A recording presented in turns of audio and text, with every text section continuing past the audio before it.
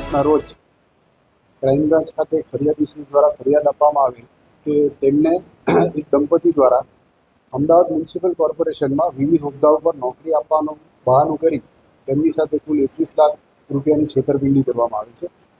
જે ફરિયાદદારે PSI VR Gohil નામના ગુનાની તપાસ સંભાળેલ હતી. જે તપાસ દરમિયાન આરોપી ધર્મેન્દ્રભાઈ ભીખાભાઈ વિઠ્ઠલપરા અને અમીષાબેન ધર્મેન્દ્રભાઈ વિઠ્ઠલપરા નાઓની સંડોવણી બહાર આવેલી હતી.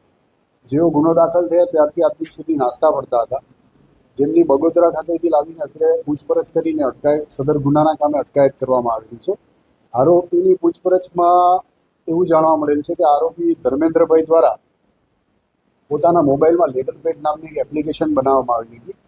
જે એપ્લિકેશનના માધ્યમથી તેઓ અમદાવાદ મ્યુનિસિપલ કોર્પોરેશનના બોગસ લેટરપેડ પર આ રીતેના જે ફરિયાદી જેવા ભોગ બનનાર છે, જે નોકરી વાંછુક લોકો છે, તેમને ખોટા લેટરપેડ બનાવી હિમાંશુ શુક્લા નામના હોદ્દાથી લેટરપેડ ઇસ્યુ કરતા હતા.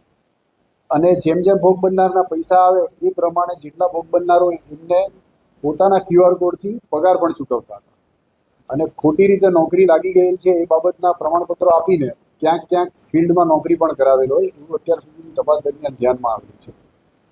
બંને આરોપી પાસેથી અત્યારે બોગસ રબર સ્ટેમ્પ, આવા નોકરી વાંછુક યુવતીઓ પાસે ભરાવવામાં આવતા ફોર્મની નકલો, તદુપરાંત અન્ય કેટલાક દસ્તાવેજો તથા આરોપીના ID પુરાવા અને મોબાઈલ ફોન કબજે કરવામાં આવેલો છે. આરોપીઓના દિન 3ના નામદાર કોર્ટ દ્વારા પોલીસ કસ્ટડી રિમાન્ડ મંજૂર કરવામાં આવેલો છે. સદર ગુનાના કામે અત્યાર સુધી પોલીસ તપાસ દરમિયાન કુલ 12 ભોગ બનનાર પોલીસ તપાસમાં સામે આવેલી છે અને છેતરપિંડીની રકમ 82 લાખ ઉપરાંતની છે.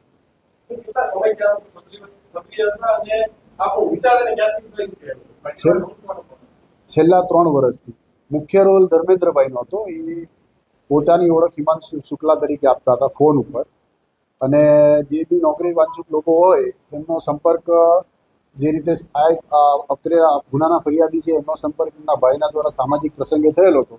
અને ત્યાં એમણે કીધેલું હતું કે અમે કોર્પોરેશનમાં નોકરી અપાવી શકીએ એમ છીએ, અમારી પાસે મોટા અધિકારીઓની ઓળખાણ છે, તમારે નોકરી જોઈતી હોય તમને કે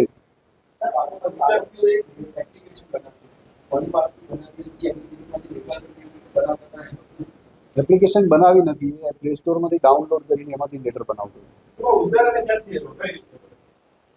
ગુનો કરવાનો હતો. એટલે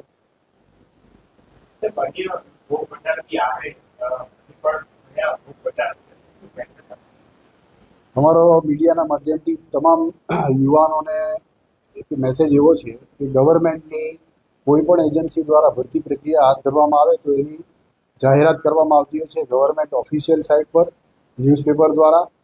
તો આ પ્રકારે કોઈ પણ જે વ્યક્તિ માધ્યમ બનીને આપના તક આવતા હોય એવા વ્યક્તિથી દૂર રહેવું, અને જે ગવર્મેન્ટની ઓફિશિયલ વેબસાઇટ છે એના પર જઈને અથવા તો ગવર્મેન્ટની જે કચેરી સંલગ્ન કચેરીની જાહેરાત હોય ત્યાં જઈને આ બાબતે ઇન્ક્વાયરી કરી અને ત્યારબાદ જ ભરતીમાં એપ્લાય કરવા વિનંતી છે.